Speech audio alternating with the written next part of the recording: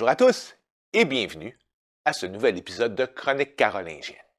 Aujourd'hui, nous allons aborder un sujet quelque peu étrange qui, bien que tirant ses origines du temps des premiers humains, a su garder son importance et surtout son influence tout au long de l'histoire, et ce, jusqu'à notre époque contemporaine. D'astrologue à devin, de Pythie à Vath, nous allons jeter un regard sur le mystérieux pouvoir des divinatrices et des prophètes. Ce sujet reste d'importance pour le récit des chroniques, tout autant par cette menace latente de sombres prophéties qui pèsent sur le royaume de Charlemagne, que par ce pouvoir de divination que possède la jeune Sophia, qui a eu son utilité à plusieurs occasions. Mais comme on en a souvent l'habitude, commençons par un petit peu d'étymologie. Divination vient du latin divinatio, qui veut dire prédire ou deviner. Composé de la racine du mot divin, le terme renvoie donc à ce lien avec les dieux, et donc à la manière d'accéder à ce qui nous est caché par leur intermédiaire. La curiosité, voire l'inquiétude de l'être humain envers les aléas du destin l'ont mené, et ce depuis l'aube des temps, à développer des pratiques mystiques ou magiques, lui servant à prédire l'avenir. Pour les premiers peuples, le chaman était celui qui servait d'intermédiaire entre la communauté et les dieux. C'était donc par ce personnage que la volonté divine se révélait, donnant ainsi la divination à être intrinsèquement liée à l'aspect religieux. Si le chaman, par ce lien avec les dieux, avait un rôle pluraliste allant de la guérison à la divination, ce rôle se spécialisa par la suite à la mesure du développement des sociétés humaines. Ce sera en Mésopotamie, durant l'Antiquité, que l'observation des étoiles et l'association qu'on en fit avec les dieux mena à la pratique de la divination par l'astrologie, et des prêtres en étaient responsables, en demeurant à la disposition des rois, puisque seuls ces derniers avaient le droit de connaître l'avenir. Dès lors, et ce pour l'ensemble de l'Antiquité, la divination allait étendre son influence tout autant sur le domaine religieux que politique. Toujours en Mésopotamie, autre pratique tout aussi populaire était celle de la nécromancie, où l'on interrogeait les morts sur l'avenir ou les secrets cachés. Les techniques de divination allaient par la suite se diversifier, notamment avec le sanctuaire de Dodone, voué à Zeus et à la déesse mère, qui aurait été le plus vieux centre prophétique de la Grèce antique. Ce culte aurait daté du 2e millénaire avant notre ère, et les prophètes et prophétesses du sanctuaire auraient interprété les murmures du chêne sacré lorsqu'il était pris sous les bourrasques du vent. Toujours lié à la déesse mère, représentée par la divinité Cybèle, il y avait aussi les Sibylles qui étaient les servantes rattachées à ce culte, et ces dernières auraient eu le pouvoir de prophétiser à titre personnel. Cependant, les devins les plus réputés de l'Antiquité étaient les Pythies, oracle du temple du dieu Apollon à Delphes, et contrairement aux Sibylles, les Pythies prophétisaient au nom de ce dieu lié aux arts, à la lumière et à la divination, en étant son porte-parole. Ainsi, lors de la consultation de l'oracle, la Pythie aurait été possédée par Apollon, et à partir de cet état de transe, elle répondait aux questions qui lui étaient posées. Voici la description d'une de ces sessions que fit le poète romain Lucain au 1er siècle de notre ère. Elle délire, folle, secouant à travers l'antre une tête éperdue, les cheveux dressés. Sa nuque vacille et se tord. Un feu terrible l'embrasse, et elle te porte en elle, Apollon plein de fureur. Pour la première fois, l'écume de la rage coule de sa bouche affolée, puis de sa gorge haletante sortent des gémissements et des éclats de voix. Alors un lugubre hurlement retentit dans les antres énormes, et ses dernières paroles résonnent. De là, les propos habituellement incompréhensibles de la Pythie étaient interprétés par un des prêtres du sanctuaire. Ainsi, hommes d'État et stratèges furent amenés à le consulter régulièrement avant de prendre une décision. Il est tout de même intéressant de noter qu'un don monétaire devait être fait au temple lors d'une consultation. L'importance de ce don aurait pu, semble-t-il, pour certaines critiques, influer sur l'interprétation favorable des prêtres lors d'un oracle.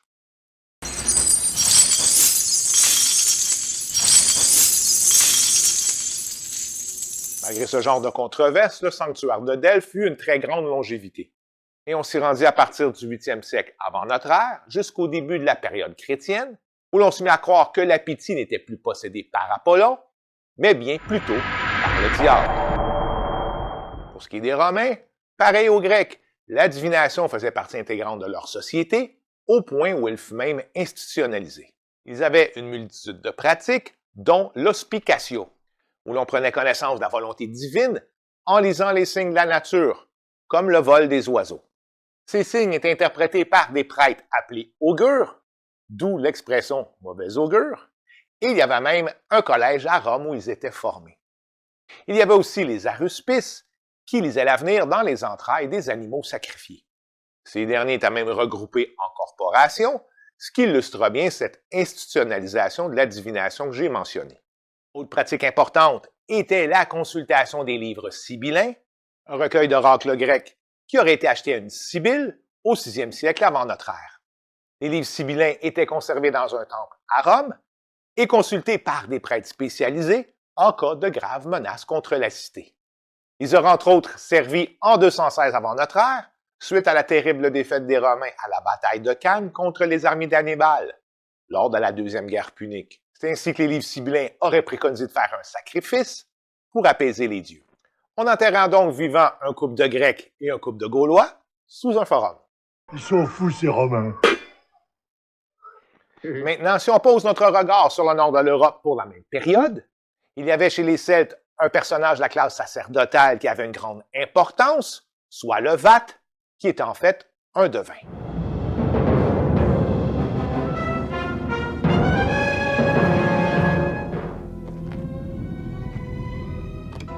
Je suis un devin. Un devin? Ces derniers auraient eu entre autres comme pratique particulière de se servir de boissons alcoolisées pour atteindre un état de transe qu'ils appelaient l'ébriété sacrée. C'est ainsi qu'ils prenaient contact avec les dieux pour connaître l'avenir. Chez les tribus germaniques et scandinaves, les Volva étaient les responsables de la divination. Un rôle tenu presque exclusivement par des femmes. Les Volva auraient utilisé la runomancie, qui est la pratique de divination par les runes. De ce fait, le mot rune vient du vieux dialecte norrois et voudrait dire secret ou murmure. Les runes étaient d'abord un alphabet qui aurait eu une connotation magique.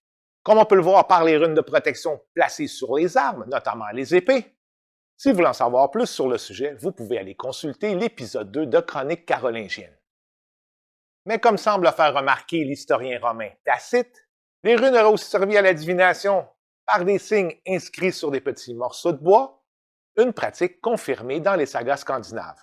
Bien que l'essentiel de savoir nous a été perdu, des systèmes de divination par les runes ont par la suite été développés par des occultistes, notamment durant la Renaissance, mais surtout à partir du 19e siècle, inspirés par le mouvement du néopaganisme nordique. Mon intérêt pour la religion et la culture scandinave ancienne, dite viking, m'a amené à m'intéresser à ce système de divination. Alors, je vais vous en faire un bref topo. Je vous présente donc mon sac de runes, rempli de pierres ramassées sur mon terrain, sur lesquelles j'ai gravé les fameux signes runiques liés à l'alphabet qu'on appelle le futarque ancien. Il y a évidemment plusieurs façons de faire. Pour ma part, je commence par prendre un certain nombre de runes que je jette sur un tapis de lecture. Après avoir retiré les pierres tombées en l'envers, je fais la lecture de celles qui restent. Les runes les plus près du centre sont celles qui sont les plus révélatrices en rapport à la question posée. Chaque rune ayant leur signification, on doit ainsi les interpréter en lien avec leur position. Dernièrement, j'ai interrogé les runes en rapport à ma vie amoureuse quelque peu chaotique, et c'est avec un immense plaisir que j'ai appris que je tomberais en amour avec une chèvre. Pour ceux que ça choque, je tiens tout de même à vous expliquer que dans la mythologie nordique, il y a au Valhalla, dans le grand hall d'Odin, une chèvre nommée Eidrun, qui de ses pies donne à tous les jours, et ce pour l'éternité, des litres d'hydromel. Alors j'ai évidemment espéré tomber là, sur une consort d'Eidrun, qui au lieu de donner de l'hydromel, donnerait plutôt de la bière. Ce qui m'aiderait peut-être à entretenir une relation sérieuse de longue durée, et qui sait peut-être à développer un amour inconditionnel.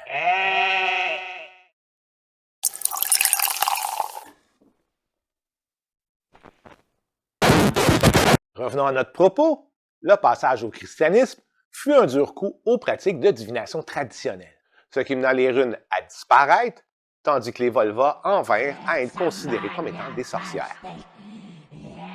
Pour ce qui est des livres sibyllins dont je vous ai déjà parlé, ils furent brûlés en tant qu'objets impies au 5e siècle de notre ère. En fait, devant le recul des religions païennes face au christianisme, toutes les pratiques de divination allaient être interdites. Incidemment, en 341, l'empereur romain condamne même les devins à la peine capitale.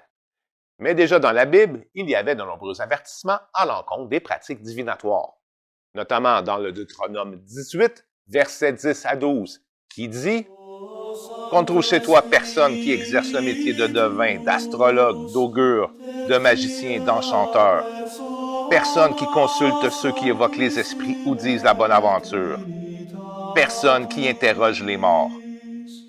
Car quiconque fait ces choses est en abomination devant l'Éternel. » Cependant, comme on peut le voir dans l'Ancien Testament avec les prophètes, la divination était tolérée lorsqu'elle était pratiquée par des représentants de Dieu. C'est ainsi que l'on peut voir que, pendant une certaine période, le clergé utilisait la Bible comme un objet de divination, où les prêtres ouvraient un des livres saints au hasard et l'on interprétait comme un oracle le premier verset sur lequel on tombait. Mais cette pratique fut interdite au Concile d'Orléans en 511 de notre ère. Autre fait intéressant, la colline du Vatican aurait été un endroit où, durant la Rome antique, les devins y pratiquaient des rites prophétiques, notamment dans le cadre de la déesse Cybèle. Incidemment, Vatican viendrait du nom latin Vaticanum, qui signifie l'endroit des vates. Il n'est donc pas étonnant que, malgré l'interdiction de cette pratique, plusieurs ecclésiastiques joueront donc aux devins tout le long du premier millénaire, notamment en prédisant la seconde venue du Christ et la fin du monde, tel que décrit dans l'Apocalypse de Saint Jean. Apocalypse est un mot grec qui veut dire révélation. L'interprétation de ce texte biblique engendra pour cette période un véritable délire de prédiction. C'est ce que l'on peut voir dans un manuscrit maintes fois recopié, écrit par le moine espagnol Beatus de Liébana, qui au 8e siècle, donc à l'époque carolingienne, commenta ce texte de Saint Jean, en prédisant à son tour la fin du monde et la deuxième venue du Christ. Je me suis inspiré de ce dernier et de sa prophétie apocalyptique dans le tome 2 des Chroniques, mais aussi de certains de ses propos particuliers. Le moine Beatus ayant eu un conflit avec l'archevêque de Tolède sur un point de théologie, il traita ce dernier de testicule d'antéchrist. Bien évidemment, ce cher Beatus et son vocabulaire plutôt coloré m'a inspiré dans l'élaboration de certaines insultes de ce fameux tome 2. Par la suite, l'avènement de la Renaissance, où l'on prit connaissance du savoir de l'Antiquité gréco-romaine, amena la divination à sortir des cadres religieux. L'intérêt des laïcs pour la prophétie se fit dans cette mouvance de renouveau scientifique, et ce, sous l'œil toujours soupçonneux de l'Église. C'est ainsi que dans la première moitié du 16e siècle, un certain apothicaire écrivit un livre basé sur ces prophéties, ce qui l'amena à avoir une réputation qui fit écho jusqu'à la cour de France de l'époque, et même jusqu'à nous. Son nom était Michel de Notre-Dame, mieux connu sous le nom de Nostradamus. C'est en 1555 qu'il publie ses prophéties, où il fait plus de 6000 prédictions, ce qui lui vaut d'être convoqué à la cour royale la même année. La reine Catherine de Médicis le consulta à plusieurs reprises par la suite. Pour ce qui est de sa divination, Nostradamus resta vague sur les méthodes employées et rejeta l'astrologie traditionnelle en affirmant s'être servi de divers procédés pour le moins obscurs, parlant de la fureur poétique, du subtil esprit du feu, de la supputation des âges, du songe prophétique et de l'incubation rituelle. De même manière, il aurait volontairement rendu ses prophéties ambiguës, dans le but évident d'éviter le bûcher. Il n'est donc pas surprenant que les interprétations de ses prédictions soient encore sujets à débat et restent toujours aussi populaires. Comme le démontre tout ce qui a été publié sur ce personnage, qui peut aisément remplir une bibliothèque, notamment une partie de la mienne, on parle là de plus de 10 000 ouvrages. Pour ma part, au début de mon adolescence, j'avais visionné le documentaire Nostradamus 1999, narré par Orson Welles, qui m'avait grandement impressionné. Je vous dirais que mon attirance pour les sombres mystères de ce monde me vient, en partie, du visionnement de ce documentaire particulier. De toutes les prédictions interprétées, l'une d'elles demeure des plus extraordinaires. En voici l'extrait. Le lion jeune, le vieux surmontera, en chambellique par ses individuels, dans cage d'or les yeux il crèvera, deux classes une, puis mourir, mort cruel. Cette prédiction serait liée à un événement ayant lieu en 1559, soit 4 ans après la publication des prophéties, et se référait à la mort du roi français Henri II. Maintenant, voyons comment le tout a été interprété. On évoque un tournoi de chevalerie où le roi vieillissant, fervent de ce sport, affronta le jeune comte de Montgomery. Ce dernier avait un lion sur ses armoiries, tandis que le roi aurait porté sa fameuse armure dite au lion. D'où la prédiction « Le lion jeune, le vieux surmontera ». Lors de la joute, la lance de Montgomery se brisa et un morceau de bois traversa l'aume du roi pour lui crever un œil. Dans cage d'or, les yeux lui crèvera.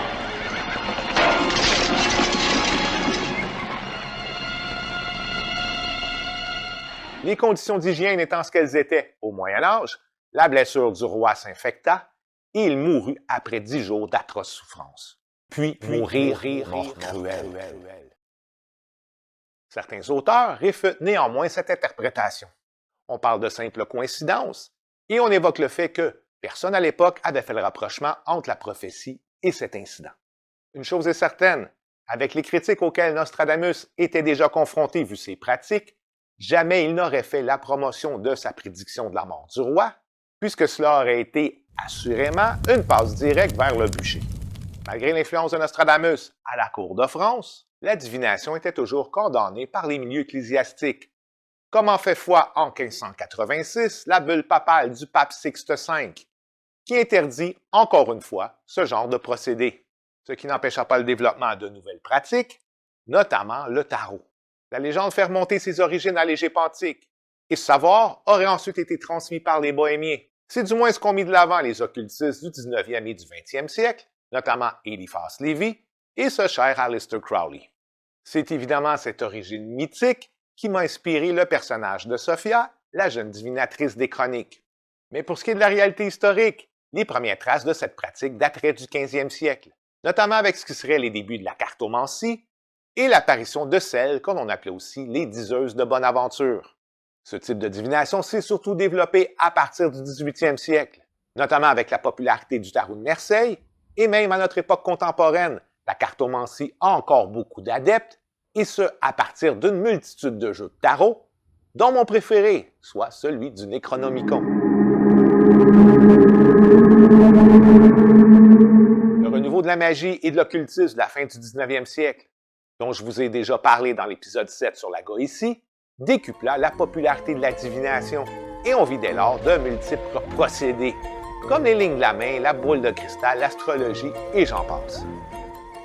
Le développement de la presse amplifia cette popularité de manière exponentielle par les services de devins dans les petites annonces. Ainsi, en 1943, une étude aux États-Unis aurait révélé que pas moins de 200 millions de dollars étaient dépensés chaque année pour toutes sortes de services de divination.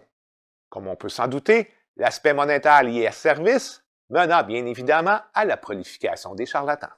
Pour ce qui est du clergé, malgré leur remontrance perpétuelle envers ces pratiques, ils auraient tout de même trouvé le moyen de s'intégrer à cette nouvelle mouvance, et ce grâce au secret de Fatima. C'est ainsi qu'en 1917, 3 jeunes bergers portugais du village de Fatima ont eu une vision de la Vierge qui leur fit 3 révélations ou prédictions, tout en leur demandant d'attendre avant d'en livrer la teneur.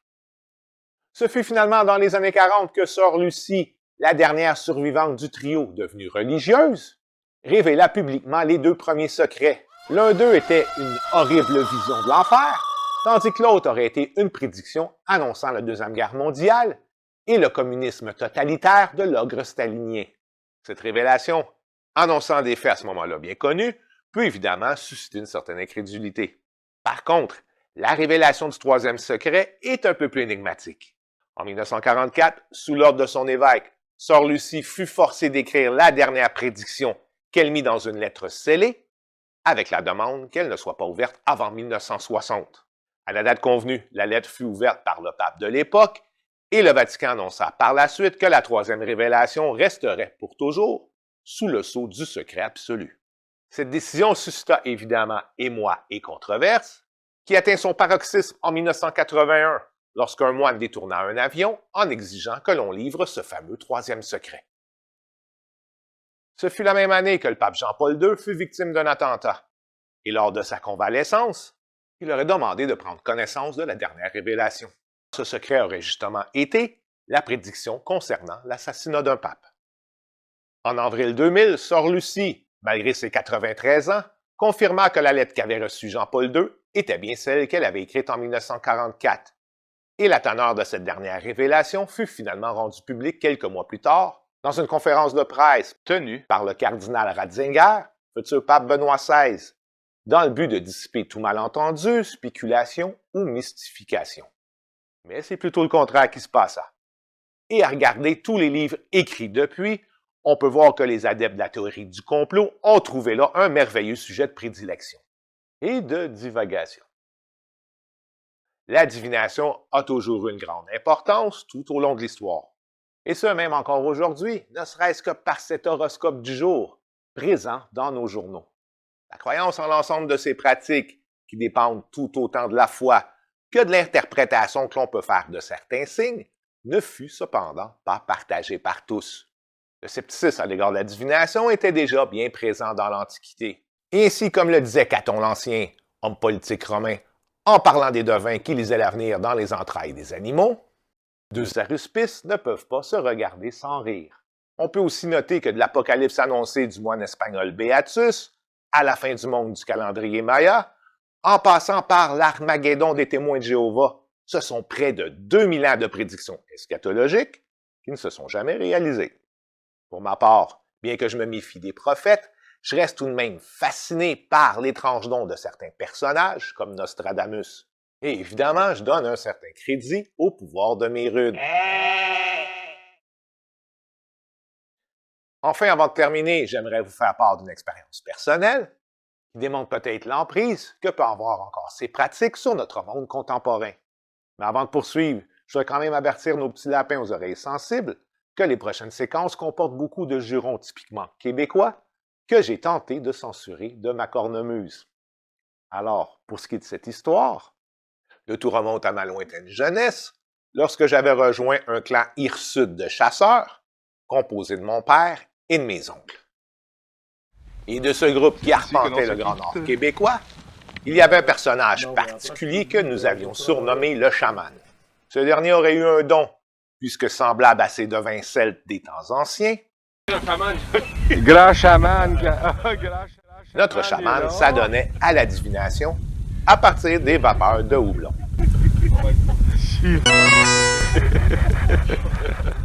Il avait aussi développé d'étranges pratiques, notamment par le chant,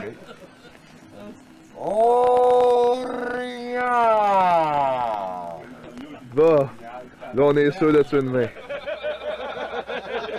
et aussi par sa fameuse danse de l'orignal. Bien que ces dons de divination, loin d'être infaillibles, nous ont tout de même donné quelques trophées, sa sagesse, elle, paraissait incommensurable. Là, il a stressé sa tête. Oh, il y a tu qui est habitué de Dieu, hein? Ok, la queue. Grand chaman, as-tu une parole sœur à nous? Une parole sœur, vous dire? Oui, prends-en. Mais c'est un certain soir d'automne qu'il fit montre de son plus impressionnant pouvoir face à un sorcier électronique que Stuff, son fils, avait amené histoire de se moquer quelque peu du paternel. Frappe dessus, c'est. Il est gelé, oiseau. Cette plaisanterie a finalement tourné une soirée inoubliable, que l'on nomma par la suite le duel des devins. Fais chier, mon. Bon. Aucune chance. La chicane est pognée dans la cabane. Ah, use de ta magie, grand chaman.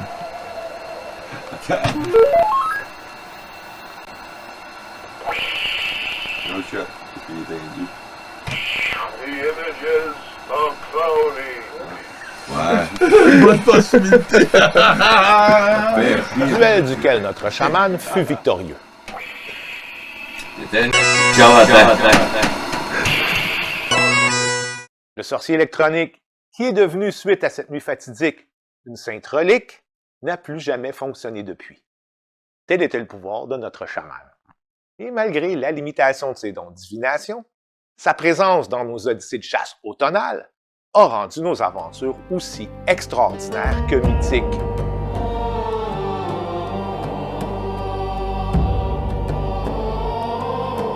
Si vous voulez en savoir plus sur ce fameux chaman, et nos incroyables aventures dans ce Grand Nord sauvage québécois,